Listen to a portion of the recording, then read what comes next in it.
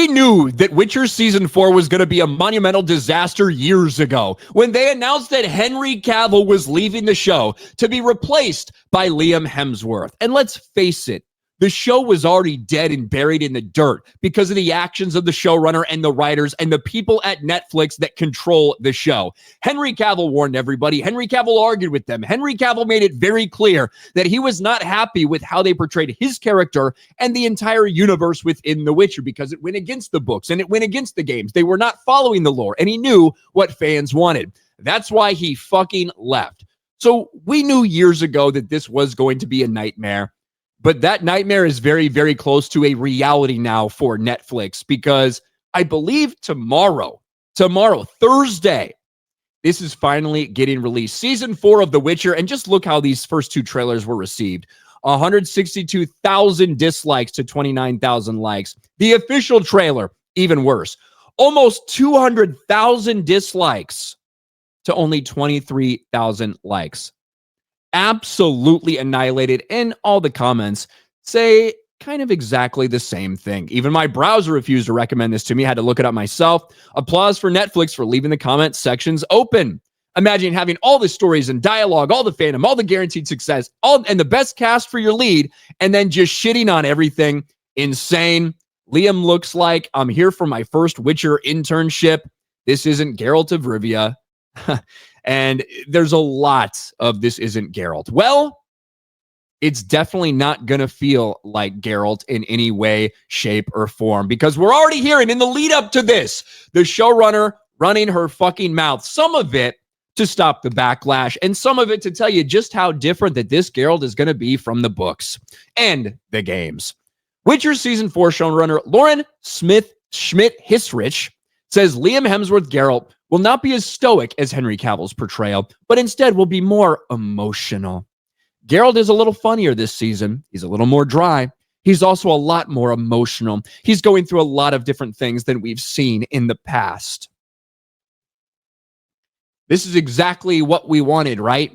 This is exactly what we wanted and what we needed. A Geralt that it was even more detached from the previous iterations. Now, if you're talking about like dry humor, certainly you have some of that in there, some of that you can certainly pull from. But to say that he's going to be less stoic, that he's going to be emotional when we have so many sources and references that are like, no, he very much is not emotional in that way. That's not the fucking character. But you want to do what you want to do anyway. That has been the entire fucking thing. We saw her when she tried to explain away the let's fucking go that you saw in the trailer that got memed to hell and back, or let's fucking move is what he actually said. What was her response to that? Hissrich expressed surprise the line was controversial at all in an interview with Radio Times. Well, what I think is that line is in the context of battle and what we're in. It makes total sense.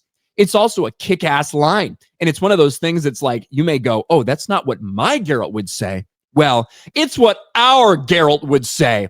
And in this moment, it suits it perfectly. I'm so eager for audience to take those moments from the trailer and actually see them in the context of the scenes.